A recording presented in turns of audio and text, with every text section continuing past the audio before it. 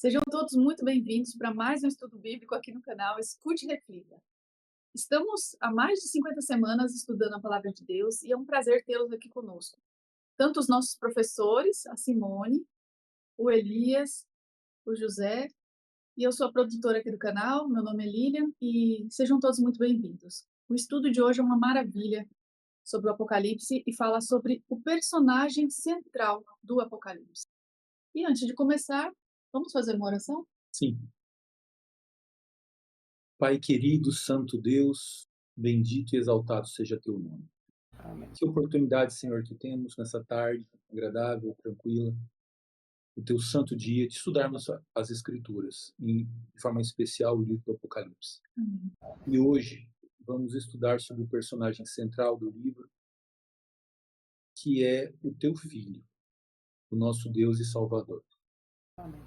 Por favor, concede-nos o teu Espírito, traz-nos esclarecimento e fé, e grava, Senhor Deus, em nossa mente essas mensagens, para que sempre a tenhamos disponíveis na mente e que ela nos proteja do mal e que ela nos dê fé para tomar as decisões e para manter a nossa confiança sempre firme e ativa em Ti. Amém. Por favor. Em nome de Jesus. Amém. Amém.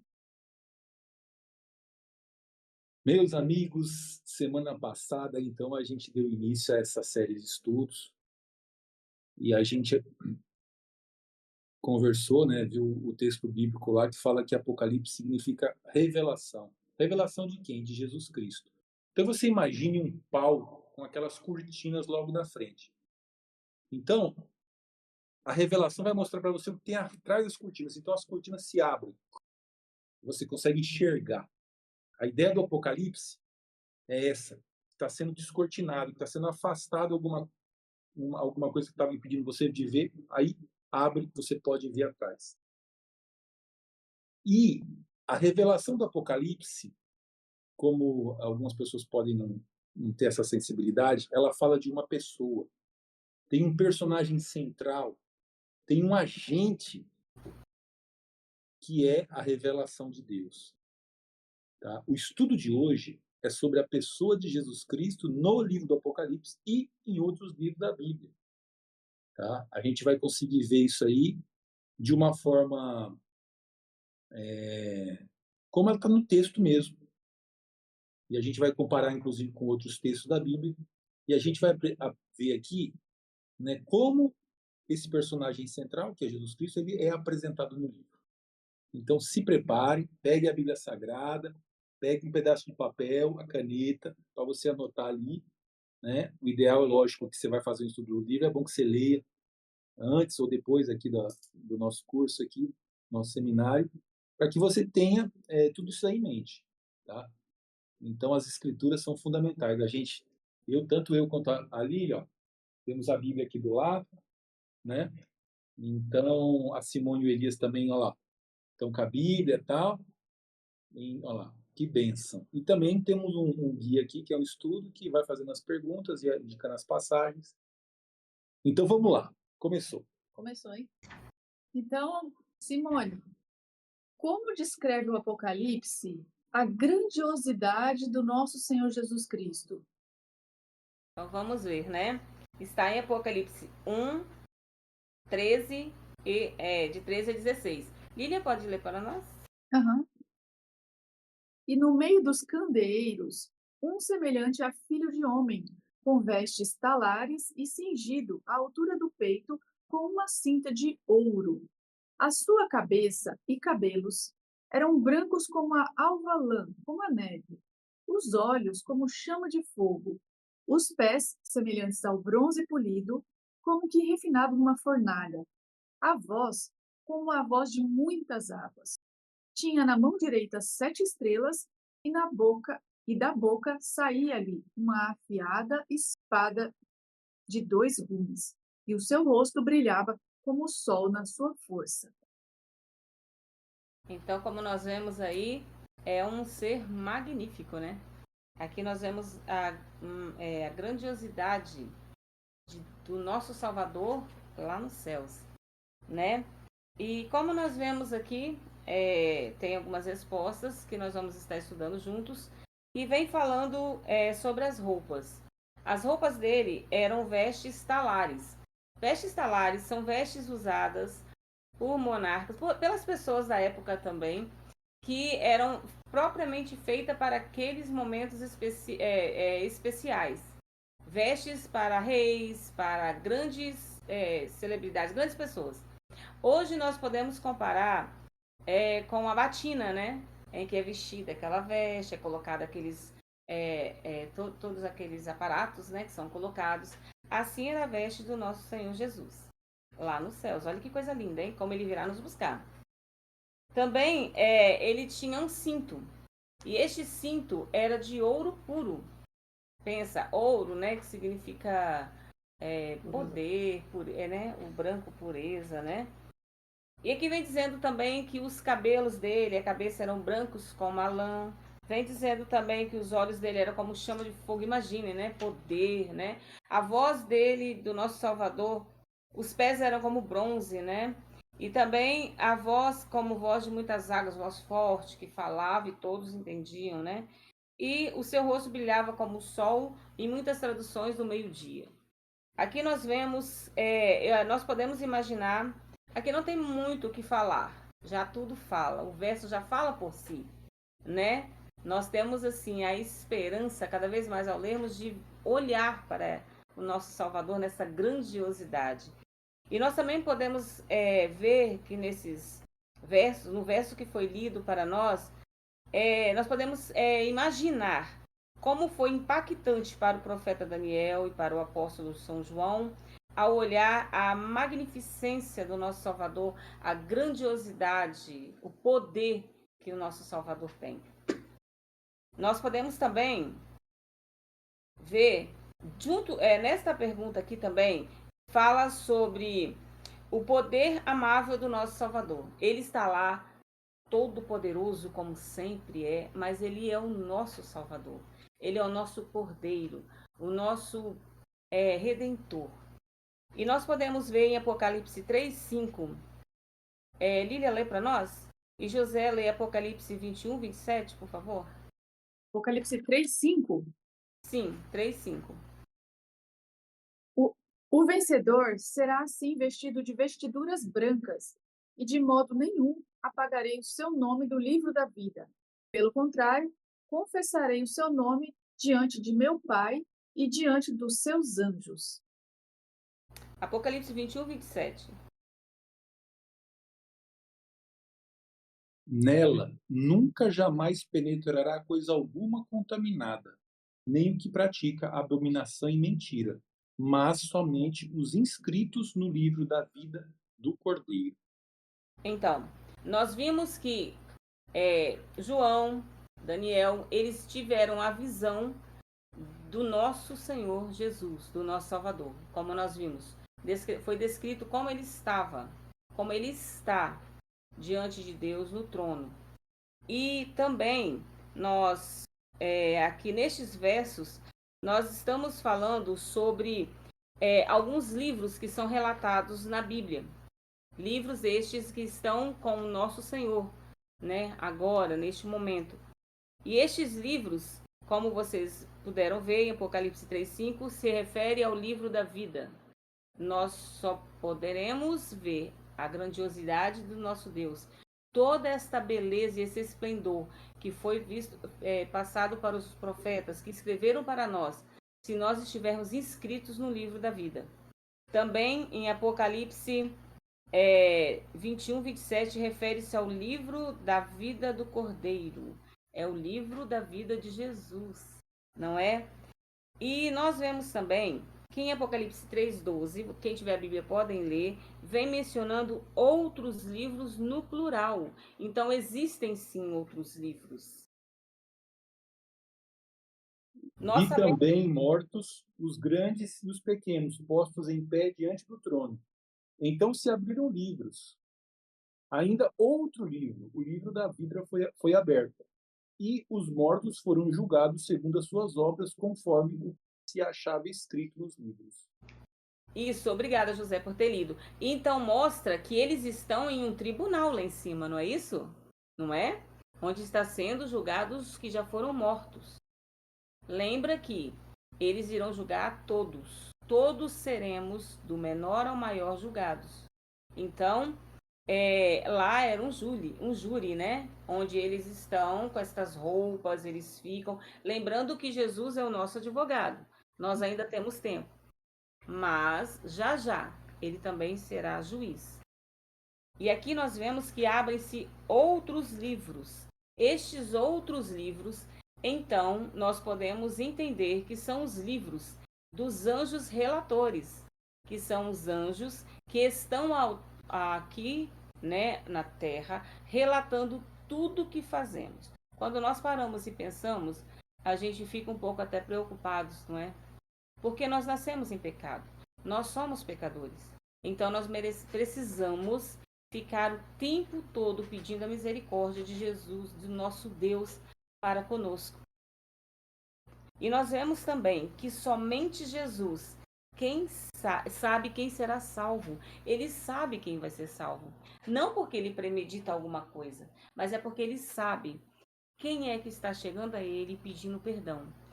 Nesse verso aqui também entra a questão de não julgarmos, né? Porque somente Jesus sabe quem ele vai salvar. Por quê? Porque ele morreu por nós. Ele está lá no céu. E ele vai continuar no julgamento dos 1000 anos também lá. Nós precisamos de estar preparados. Nesse momento eu quero abrir um parênteses e pedir José que fale mais alguma coisinha para nós, por favor, para terminarmos assim a primeira questão. Então, gente, essa descrição que a gente leu aqui em Apocalipse capítulo 1, do versículo 14 até o versículo 16, que apresenta Jesus Cristo como Filho do Homem. Essa expressão Filho do Homem, o próprio Jesus Cristo se aplica a ele, tá? Quando você lê no livro de Daniel, vi um como Filho do Homem. E aqui, nesse texto de Apocalipse, volta a falar Filho do Homem. Né? Revelação de Jesus Cristo, Filho do Homem. Mas ele aparece, gente, de uma forma glorificada. Você já pensou, você vê o sol assim, de repente surgir na sua frente? Não sei se você já teve essa circunstância de à noite, no escuro, a luz assim, a brilha, você faz assim, tá? Então, o que acontece? A pessoa hoje de Jesus Cristo é cheia de glória e de brilho. E isso comunica a ideia de muito poder, de uma fonte de energia, de uma fonte de luz, tá? Então, a ideia é que a gente não pode, Deus não pode aparecer assim na nossa frente aqui, senão a gente chega a evaporar, né? Vamos dizer assim. Mas no versículo 17 aqui, diz assim, ó, quando o vi, caía a seus pés como morto. Ou seja, quando apareceu aquela imagem de Jesus Cristo, aquele brilho, as forças de João se esvaíram e caiu.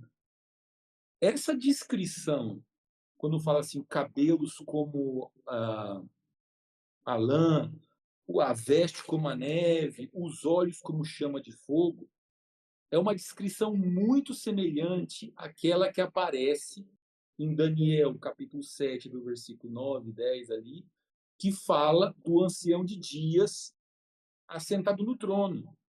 Então, é uma descrição que é usada para Deus, lá em Daniel 7, versículo 9 e 10. E quando você olha lá em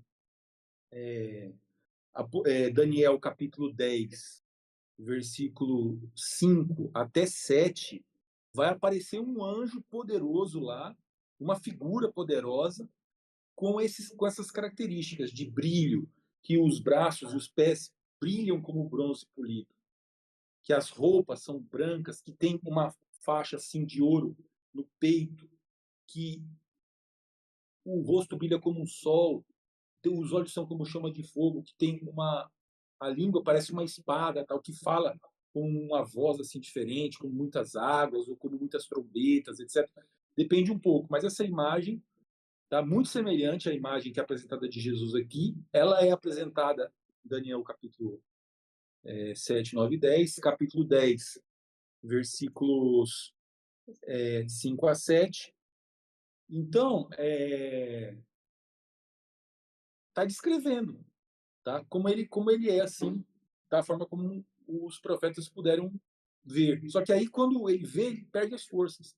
Se não fosse a mão de Deus, se não fosse a mão de Deus, a pessoa não conseguiria permanecer viva, tá? Porque a força se esvai mediante aquela presença de poder, tá? Então Deus preserva a pessoa e dá energia a ela para que ela possa enxergar, para o profeta ter a visão. Uma vez, eu conversando com uma pessoa assim meio descrente, ela falou assim: não, eu visse um anjo, eu ia ficar anotando, descrevendo, para me pesquisar. Não é assim. Se um anjo aparecer na sua frente, o brilho é tão forte, você chega a desmaiar no chão. Você lembra quando Saulo estava indo para Damasco para prender os cristãos, que Jesus Cristo apareceu em brilho? Ele ficou cego e caiu no chão. Por quê? Porque o brilho de Jesus Cristo é muito forte. Se ele aparecer como ele é mesmo, pode cegar, pode te matar, enfim. Tá? Então ele tem que aparecer, mas te protegendo, porque ele tem muito poder. E aí, eu queria que você soubesse o seguinte, gente. A referência a Jesus Cristo, ela aparece 38 vezes, 38 nomes e títulos descritivos, tá? Diferentes. 38 nomes e títulos diferentes para Jesus Cristo. Né? O Verbo de Deus, o Cordeiro, né? O Senhor dos Senhores, tem vários títulos para ele. Isso só no Apocalipse? Só no Apocalipse. No Apocalipse. E existem, né, no livro do Apocalipse, mais de 250 referências a Jesus Cristo. Tá? Então, isso aqui fala dele. E esse preâmbulo aqui, esse começo, é o que o profeta viu, aquela imagem. Né? Então, o Jesus Cristo que viveu aqui nesse mundo, hoje ele tem um corpo glorificado, tá, gente? É muito assim, uma descrição com a figura de Deus como ela já foi vista no passado. E outra coisa também é o seguinte, esses textos que a gente viu aqui, é Jesus Cristo relacionando ao livro da vida. É o livro onde estão escrito o nome das pessoas que vão viver eternamente. Então, o Apocalipse apresenta Jesus e apresenta também o livro da vida, que é o livro da vida das pessoas que foram salvas pelo Cordeiro. A gente vai ver aqui que Jesus Cristo também é apresentado como Cordeiro. Estamos só começando. Isso aí. Então, podemos passar para a segunda pergunta? Sim. Tá. Então, Elias, por favor, ajuda a gente.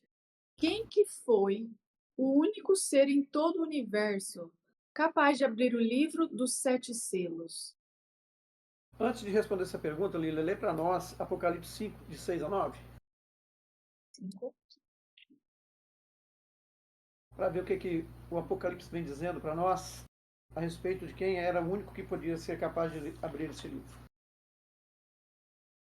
Então, vi no meio do trono e dos 4 seres viventes, e entre os anciãos, de pé, um cordeiro, como tendo sido morto. Ele tinha 7 chifres, bem como 7 olhos, que são os 7 Espíritos de Deus enviados por toda a terra. Veio, pois, e tomou o livro da mão direita daquele que estava sentado no trono. E, quando tomou o livro, os 4 seres viventes e os 24 anciãos prostraram-se diante do cordeiro, tendo cada um deles uma harpa e taças cheias de incenso, que são as orações dos santos, e entoavam novo cântico, dizendo: Digno és de tomar o livro e de abrir-lhe os selos, porque foste morto e com o teu sangue compraste para Deus os que procedem de toda a tribo, língua, povo e nação. Então aqui nós vemos, né, que quem foi o único capaz de abrir esse livro. Daniel, lá em Daniel, quando nós lemos os livros de Daniel lá, Daniel ficou preocupado porque estava chegando ali o tempo e não tinha quem abrir ali a revelação deste livro. Aí Jesus se apresentou pessoalmente diante de Daniel e falou assim: Daniel, fecha esse livro e sela, porque vai chegar alguém para abrir esse livro. E é o próprio Jesus Cristo que vem falando aqui, né? O Cordeiro Jesus Cristo foi o próprio que abriu este livro. Só ele tinha o poder de abrir as revelações deste livro para nós. E ele foi dando essas revelações justamente ali, né? Nós vimos ali no início, na ilha de Patmos, né? O João, ali o seu discípulo amado, e foi dado por figuras, né? Para que essas mensagens chegassem até o povo de Deus. E aqui tem uma nota dizendo aqui também, tem uma parte que vem falando aqui em 1 São João 1,9, somente ele é poderoso para nos guardar de tropeços e para vos apresentar como exultação imaculada diante da glória de Deus. E em Judas 24 nos fala que, na verdade, abaixo do céu não existe nenhum outro nome dado entre os homens pelo qual importa que nós sejamos salvos. Então nós vemos que toda a honra, toda a glória somente a Jesus Cristo. Ele é o centro de todas as coisas, ele é o centro da Bíblia. E aqui ele fala que é o centro da revelação do Apocalipse. Então, quer dizer, não há salvação em nenhum outro homem a não ser em Jesus Cristo. Então, se nós temos alguma coisa, meus queridos, a recorrer, temos que recorrer diretamente a Jesus Cristo, não a terceiros. Por que não direto, como se diz, não, por que não ir direto à fonte? A fonte pode direcionar tudo para você. Então, não existe terceiros para isso. E Jesus Cristo é o único. Muito bom. Lá em Apocalipse, lá em Daniel 7, 9 e 10, fala assim: assentou-se o tribunal e abriram-se os livros. E aqui a gente leu já, né, Apocalipse 3, 5, que fala que o vencedor será vestido de vestes brancas e de nenhum modo apagarei o seu nome do livro da vida. Pelo contrário, confessarei o seu nome diante de meu Pai que está diante dos seus anjos. Ou seja, o destino da salvação das pessoas, ele está atrelado à ideia dos livros. A gente viu Apocalipse 21, 27, 20, 12, né? E Daniel 7, 9 a 12. Então, essa ideia do destino das pessoas relacionadas a livros é uma revelação de Jesus Cristo. Ou seja, existe um controle do que a gente faz, do livro da vida, quando você aceita Jesus Cristo. Então, Jesus Cristo, ele controla lá quem vai para o céu e quem não vai. É verdade. Isso. E continuando o entendimento da pergunta anterior, segundo os 24 anciãos de Apocalipse 5, de 8, 9 e 12, o que significou o nosso Senhor Jesus como o único ser digno de abrir o livro selado? Isso. Então agora eu vou desenvolver essa ideia aqui do destino da humanidade relacionada a livros. O capítulo 5, Deus mostra para João um livro selado com 7 selos. Um rolo, né? Um rolinho com 7 selos. E aquele livro, ele não podia ser aberto. Aquele rolo selado, não podia ser aberto. E o que acontece? O fato de ninguém poder abrir aquele livro fez com que o profeta chorasse muito, ficasse desesperado. Mas depois apresenta-se o Cordeiro que pode abrir os livros, e isso traz consolo. Não chores, tá? Apocalipse 5, versículo 3, 4 e 5. Ó, Apocalipse 5, ó. Ora, nem no céu, nem sobre a terra, nem debaixo da terra, ninguém podia abrir o livro, nem mesmo olhar para ele. E eu chorava muito pelo fato de ninguém poder abrir o livro. Porque ninguém foi achado digno de abrir o livro, nem mesmo de olhar para ele. Tá? Não podia abrir nem olhar para o livro. Todavia, um dos anciões me disse: não chores, eis que o leão da tribo de Judá. Lembra que eu falei que o nome, Jesus Cristo, ele tem 38 referências diferentes? Ó. Leão da tribo de Judá, a raiz de Davi, ou descendente de Davi, expressões que se referem a Jesus Cristo, venceu para abrir o livro e os seus 7 selos.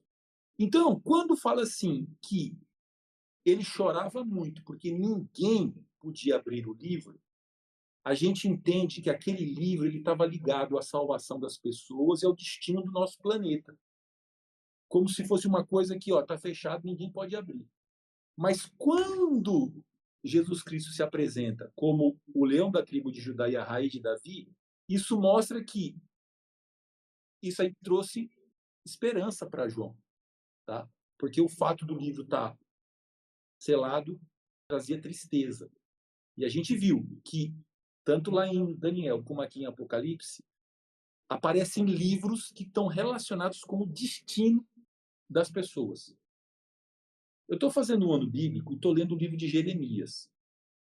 E Jeremias, ele fala muito para as pessoas que Deus estava mandando um castigo, pedindo para as pessoas, assim, de uma forma quase desesperada, para eles abandonarem seus pecados, porque a destruição ia vir. E chega no momento do livro que Deus ele coloca algumas gotas de esperança face ao grande castigo que ia vir.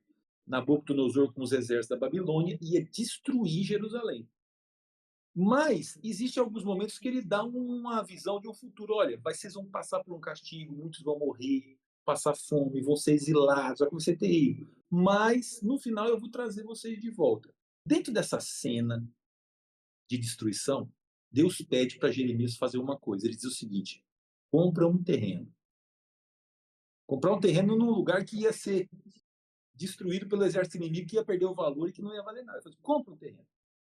Aí você vai fazer o seguinte: você vai pegar a escritura do terreno, vai enrolar ela como se fosse um pergaminho e vai colocar o selo na escritura. E Jeremias fez isso. Ele comprou o terreno e 2 cópias da escritura, uma fechada e uma aberta. Colocou as duas escrituras dentro de um potinho de barro e escondeu, que era o título de propriedade do terreno. Esse mundo aqui, ele foi estragado pela presença do mal. Mas Deus, quando deu a lei para o povo de Israel, disse assim: olha, de 50 em 50 anos vai ter o ano do jubileu. De 7 em 7, e em conjuntos de 7, né? 7 vezes 7 dá 50. Então, em conjuntos de 7, existe os irmãos aí vão ser libertados da escravidão. Então, tem uma libertação da escravidão, tem uma libertação de evolução das propriedades, e tem um descanso mais amplo, que é o ano do jubileu. Então, o que acontece? A história da Terra, um dia vai ter uma libertação final. E é como se o título de propriedade da Terra tivesse selado, e só o verdadeiro proprietário pode abrir a escritura da Terra. Então, se a gente usar essa mesma imagem de Jeremias e aplicar o Apocalipse, a gente pode ter uma compreensão de que aquele livro, né, pelo qual ele chorava, é o título de propriedade da Terra. Tá? É o título de propriedade da Terra. Que Jesus Cristo comprou a escritura para poder abrir e falar aqui, ó, a terra é de vocês. Essa compreensão que eu acabei de falar aqui, ela vai ser explicada, ela vai ser muito clara aqui nesse texto que a Lília pediu para ler. Ele fala aqui, ó, segundo os 24 anciãos, porque logo em seguida a figura da abertura do livro, ele mostra o trono de Deus.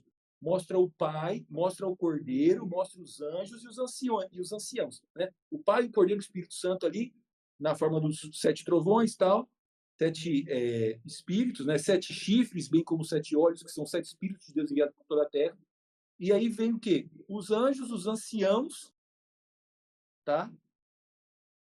É a imagem do trono. E aí o que eles falam? Ó, versículo 8 e 9. Aqui, ó, 8 e 9. E quando tomou o livro, tá? Ó, versículo 7. Veio, pois, e tomou o livro da mão direita daquele que estava sentado no trono, ou seja, o Cordeiro, tá? Jesus Cristo, um Cordeiro como tendo sido morto, veio e tomou o livro da mão direita daquele que estava sentado no trono. Versículo 8. E quando tomou o livro, os 4 seres viventes e os 24 anciãos prostraram-se diante do Cordeiro. Quando ele pegou o livro, eles se prostraram, né? Tendo cada um deles uma harpa e taças de ouro cheias de incenso, que são as orações dos santos, e entoavam um novo cântico, dizendo: digno és de tomar o livro e de abrir-lhes os selos, porque foste morto, e com o teu sangue compraste para Deus os que procedem de toda tribo, língua e nação. Ou seja, a morte de Jesus Cristo, o sacrifício do Cordeiro, foi o pagamento, foi o, vamos supor assim, aquilo que foi entregue para poder comprar os que procedem de toda tribo, língua, povo e nação. E isso está relacionado ao quê? À autoridade dele em pegar o livro e abrir os selos. Tá? Então usa a palavra comprar, compraste. Tá? Versículo 12 diz assim: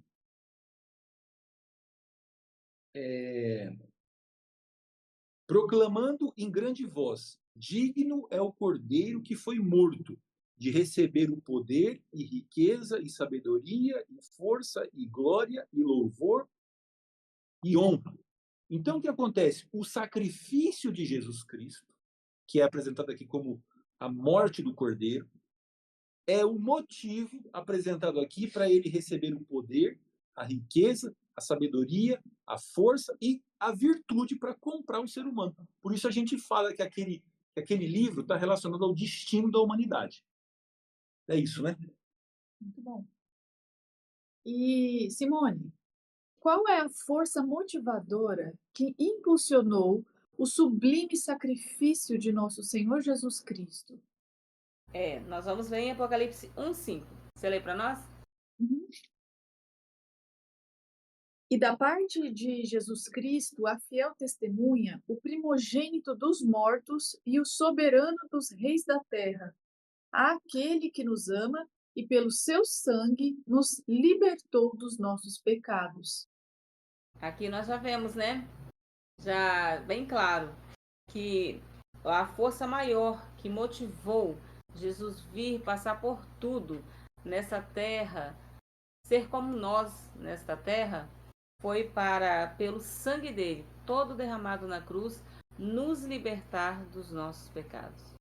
Pecados estes que levaram ele à cruz, que ele não cometeu. Ele não cometeu pecado nenhum. Ele é o único ser humano que passou, porque ele se tornou um ser humano.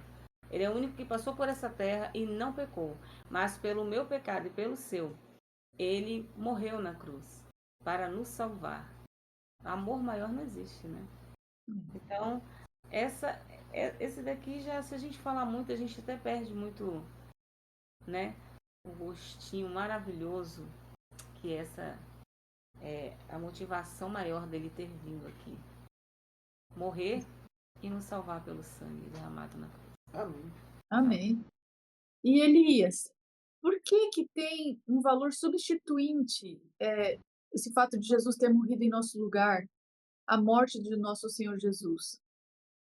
Nós temos aqui três versículos aqui. Tem Romanos, você pode ler para nós? É Romanos 6:23. José, depois você lê para nós Hebreus 4:15, Simone, 1 Coríntios 15:3. Aí nós vamos ver, né, aqui o que a Bíblia vem falando para nós sobre por que Jesus ele morreu em nosso lugar e por que dessa morte, né, desse grande valor. Uhum. Romanos 6:23 diz o seguinte: porque o salário do pecado é a morte, mas o dom gratuito de Deus é a vida eterna em Cristo Jesus, nosso Senhor. Aqui já falou muito claro, né, aqui em Romanos, porque o salário do pecado é a morte. E o dom gratuito, né, é a vida eterna que Jesus Cristo ele concede para nós. Então nós vemos aqui que Jesus Cristo essa morte dele, só ele podia morrer. Ele veio justamente para isso, para nos resgatar, porque outro ser nenhum podia fazer isso. No Espírito de Profecia fala que os anjos, alguns anjos se proporam vir morrer em seu lugar. Queria falar assim, deixa nós morrer em seu lugar. Não vai você, deixa a gente ir. Falei assim, não, tem que morrer um Deus para resgatar ali o ser humano. Então nós vemos que grande amor. Ele nos amou primeiro, né, para depois nós nos arrependermos dos nossos pecados. Porque Jesus, ele diz, tem um verso lá na Bíblia, fala que quando Jesus olhou de cima para baixo, não viu um justo sequer. Agora imagine nós, quando nós fazemos alguma coisa, quando nós vemos que há algo de bom em alguma coisa, para que nós façamos isso. Mas Jesus não, ele olhou, não viu um justo sequer, falou assim, não, mas mesmo assim eu vou lá morrer por eles. Então nós vemos que grande amor nós temos em Jesus Cristo. Vamos ver Hebreus 4:5, José.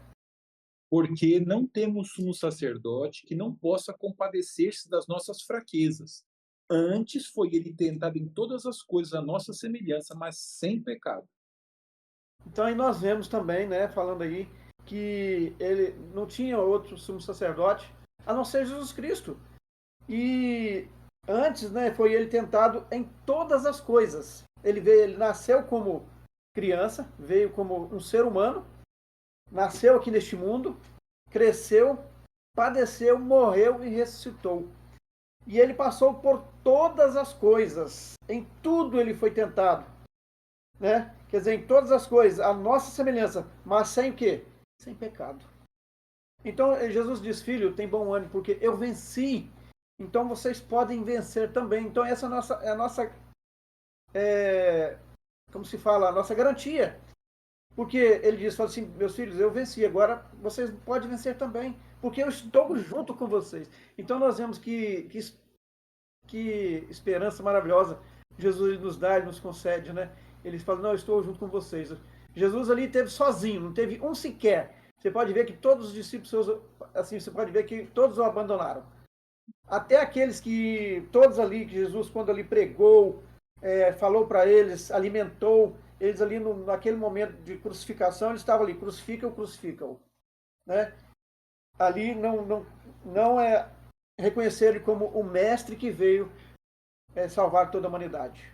E vamos ler também 1 Coríntios 15, verso 3. Vamos. 1 Coríntios 15, 3. Antes de tudo, vos entreguei o que também recebi, que Cristo morreu pelos nossos pecados, segundo as Escrituras. Então aqui nós vemos, né, respondendo essa pergunta, que Cristo morreu pelos nossos pecados, segundo as Escrituras. Podemos, meus queridos, né, aqueles que estão nos ouvindo ou que um dia vão ouvir essa live, ou ver, né, aqui vem dizendo que Jesus Cristo ele morreu pelos nossos pecados. Somente ele podia morrer. Outra pessoa, nenhuma sequer. E a Escritura vem falando claramente de tudo isso que nós estamos falando. Né? Temos ali todos os versículos, os capítulos, os versículos mencionados, né, que não estamos falando nada de nós mesmos, estamos decorrendo diretamente da Bíblia, da fonte, e diretamente do nosso Senhor Jesus Cristo. Muito bem, Elisa. E José, que outro grande sacrifício ou que outro grande privilégio recebemos da parte de nosso Salvador ao aceitar o seu sacrifício? Apocalipse 1, versículo 6. E nos constituiu reino, sacerdotes para o seu Deus e Pai. A ele a glória e o domínio pelos séculos dos séculos. Amém. Então, Jesus Cristo nos ama, tá? Pelo seu sangue nos libertou dos nossos pecados e nos constituiu reino, sacerdotes para o seu Deus e Pai. A ele a glória e o domínio pelos séculos dos séculos. Então, quando fala nos constituir o reino, é que a gente tem a possibilidade de reinar, de organizar, de participar do governo de Deus, né? E quando fala assim que ele constituiu o reino de sacerdotes, é o seguinte, quando a gente olha para a história do povo de Israel, uma das tribos, a tribo de Levi, ela foi separada para o sacerdócio. Então tinha o sumo sacerdote, que era o sacerdote principal, que praticava algumas cerimônias específicas, mas muitas atividades relacionadas ao sacerdócio, elas eram feitas pelas pessoas que davam apoio, tá?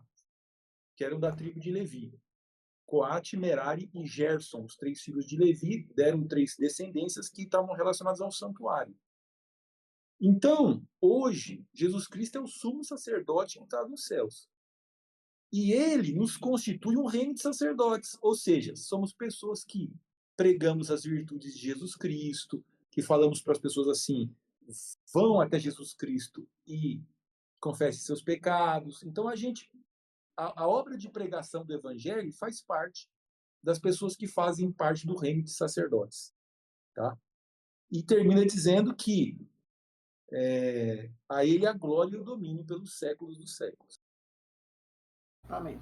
Muito bom. Agora a gente vai estudar um pouquinho, então, sobre a origem e a fonte do poder, né, de Jesus. Simone, desde quando existia o nosso Senhor Jesus Cristo? Então, nós vamos ler São João 17:5. Depois nós vamos ler Miqueias 5:2. Isso. Lília lê para nós. José também pode ler. Mas antes eu quero falar uma coisa rapidinho. Nós sabemos que no Antigo Testamento houve a profecia de que o Messias viria.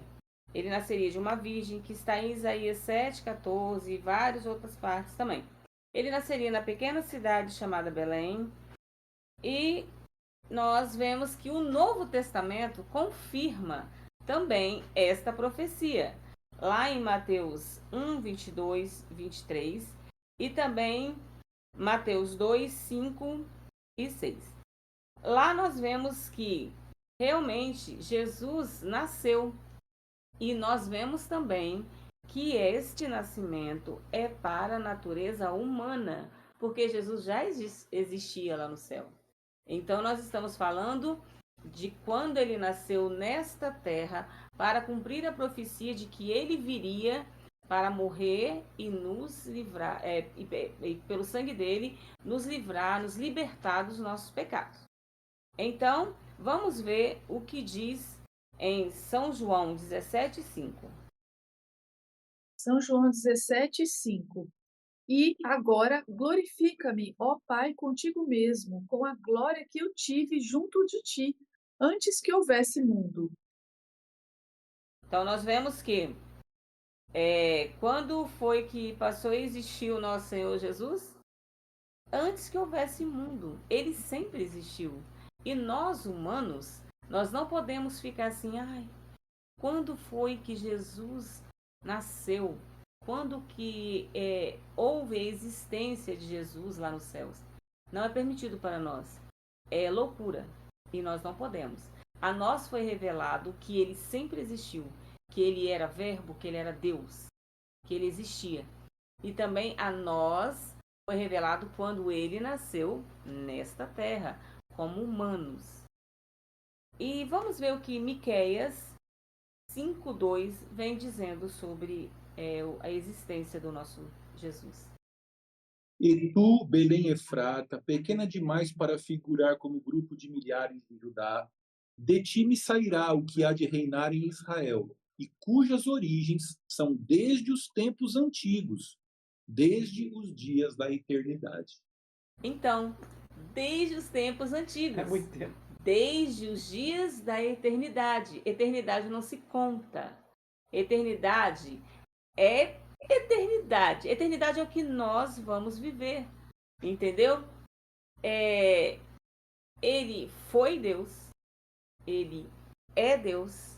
E ele será Deus. Jesus era, é e sempre será. Então, isto basta para nós. Basta sabermos que ele é o meu e o seu Salvador. Isso está de grande tamanho para nós, não é? É verdade, primo. E indo quase para o final do nosso estudo, Elias, qual que era a natureza de Cristo antes de sua encarnação? Lê para nós, Lila, aqui, Romanos 9, verso 5, o que a Bíblia nos diz, né, sobre como era Jesus antes, né? A Bíblia aqui ela nos refere, né, para dar aqui o complemento dessa pergunta. Sim. Romanos 9:5. Deles são os patriarcas, e também deles descende o Cristo, segundo a carne, o qual é sobre todos. Deus bendito para todo o sempre. Amém. Amém. Amém. Então a Bíblia falou muito claro quem ele era e quem ele é, né? Então ele era o quê? Deus bendito, né? E engraçado, né, que os discípulos assim, mas mestre, mostra-nos o Pai. Fala assim, mas vocês estão tanto tempo comigo e ainda não viram quem é o Pai, né? Fala assim, quem vê a mim, vê o Pai. Quer dizer, um era a semelhança do outro. E aqui fala muito claro, Jesus, né, é Deus bendito.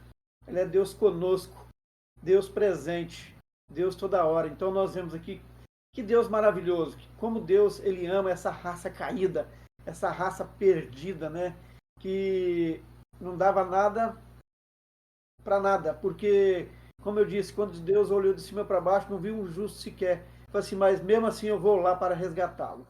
Então nós vemos que grande amor. Quem é que tem um grande amor assim? Muitas vezes nós vemos uma pessoa que faz coisas erradas. Você fala, fala, fala, fala, e ela continua. Ah, você quer continuar no erro? Então, morra assim então. A gente acaba perdendo até as estribeiras, né? Mas Jesus não. Jesus ele não perdia a sua calma nunca. Ele sempre, né, estava ali de braços abertos, nos esperando para que nós a chegássemos diante dele. Então nós vemos que Deus maravilhoso, que Deus bendito. Amém. Isso mesmo. Obrigada, Elias. E agora, José, desde quando estava decidido que se o homem caísse em pecado, Jesus haveria de morrer em seu lugar? Lilian, 1 Pedro 1, versículo 18 até 20. Só um momentinho aqui. 1 Pedro 1, 18.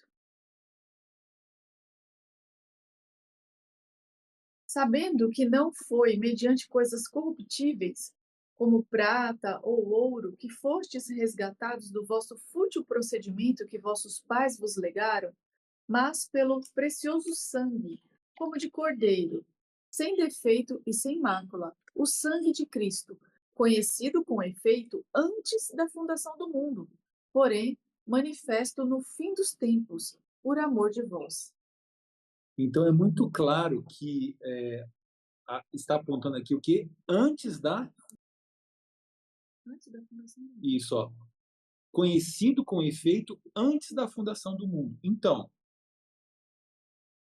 antes que esse mundo aqui fosse criado, tá? Esse Cordeiro de Deus ele já era conhecido por Deus, tá? Porque isso era um mistério que foi revelado depois, mas Deus já sabia de antemão, Deus já estava disposto a oferecer o sacrifício se houvesse sido pecado, se a humanidade tivesse pecado, antes de fazer o ser humano, o mundo e o ser humano. Só que isso aí estava oculto. Depois, quando veio o pecado, Deus revelou, né, que antes da fundação do mundo. Tem também aqui Apocalipse capítulo 2, versículo 8, que diz assim: Ao anjo da igreja em Esmirna escreve: Estas coisas diz o primeiro e o último, que esteve morto e tornou a viver. Tá? Então, esteve morto e tornou a viver. Primeiro e o último, tá? São duas referências a Jesus Cristo. E João, capítulo 10, versículo 17, diz: Por isso o Pai me ama, porque eu dou a minha vida para reassumir. Estive morto e voltei a viver, dou a minha vida, tá? E torno a reassumir. Então aqui, né, Jesus Cristo existia antes que o mundo fosse criado, ele já era o Cordeiro de Deus, e ele entrega a vida e reassume. Tá? Ele tem o poder da vida em si. Né? Eu sou o caminho, a verdade e a vida. Né? Então o Evangelho, os profetas, o Evangelho e o Apocalipse, eles confirmam a mesma mensagem. Verdade. E para terminar o nosso estudo de hoje, Simone, quão abrangente é a capacidade salvadora de nosso Senhor Jesus Cristo? Qual será o tamanho, né? Em que lugar ele abrange? Leia para nós Hebreus 7, 25. Hebreus 7, 25. Você vai demorar um pouquinho, não. Não, que isso.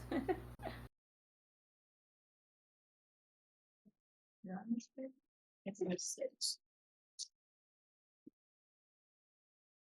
Por isso também pode salvar totalmente os que por ele se chegam a Deus, vivendo sempre para interceder por eles. já diz, né? Ele tem o poder, ele pode salvar totalmente os que a ele se chegam. Ele não salva um pouco aqui, um pouco ali, ele salva todos e, de um modo geral, todo ser humano. Ele salva toda vez que nós pedimos perdão, ele está pronto a nos conceder perdão e ele veio para salvar todo mundo, todo ser humano, né? E aqui é muito interessante, né?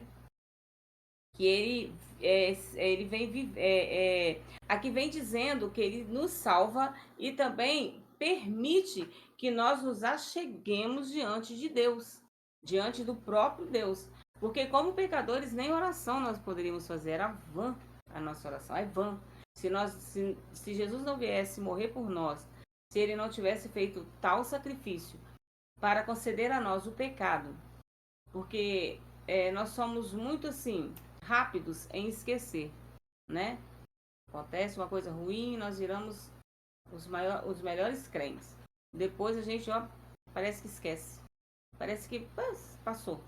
Mas ele está lá pronto a salvar, a perdoar e fazer com que, quando nós nos ajoelhamos ou aonde estamos orando, nós nos acheguemos até Cristo.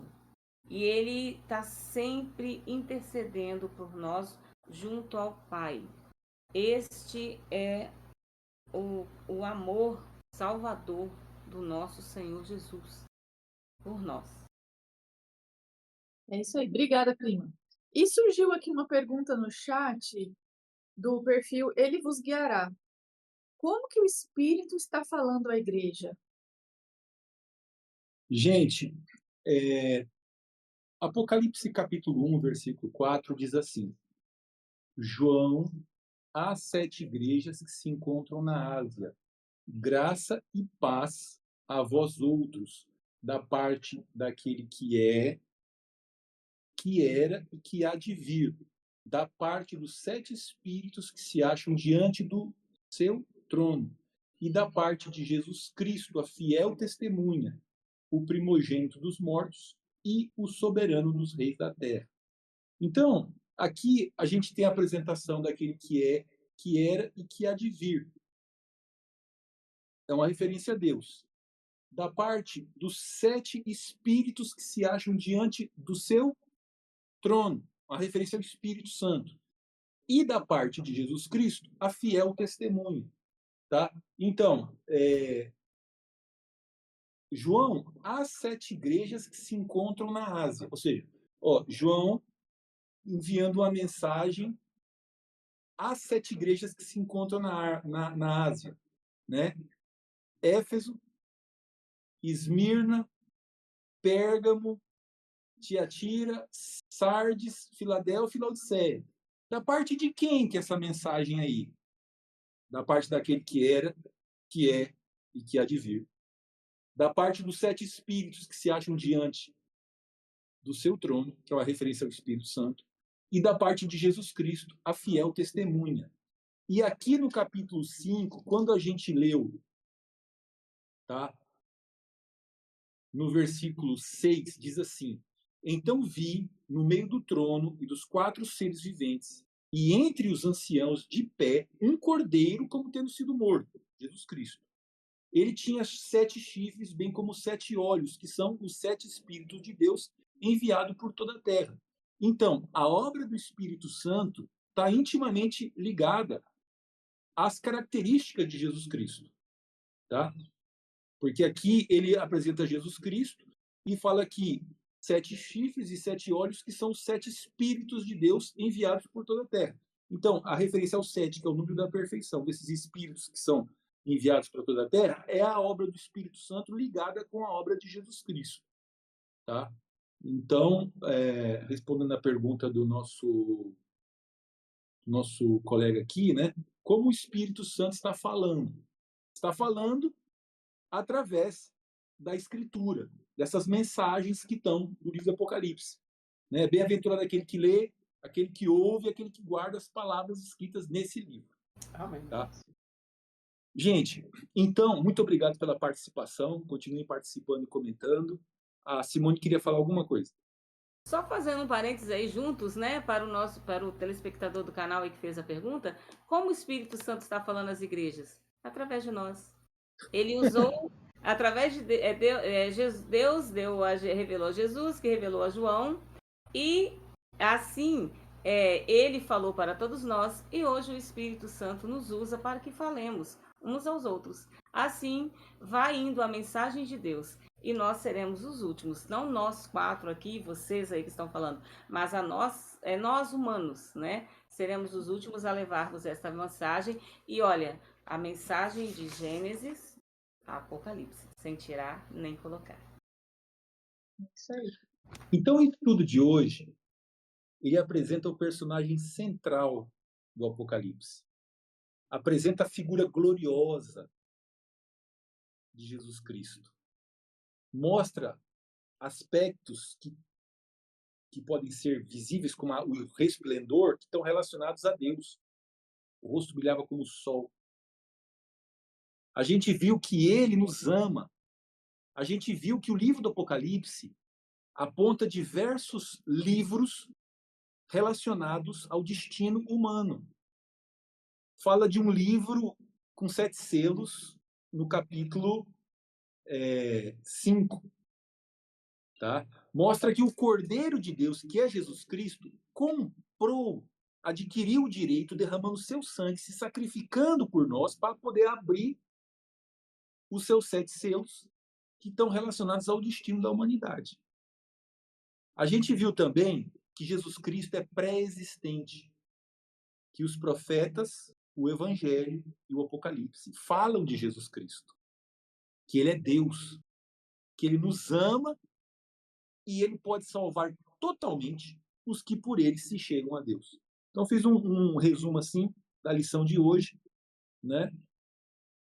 E aí, gente, vem um apelo e um convite para vocês tomarem essa decisão.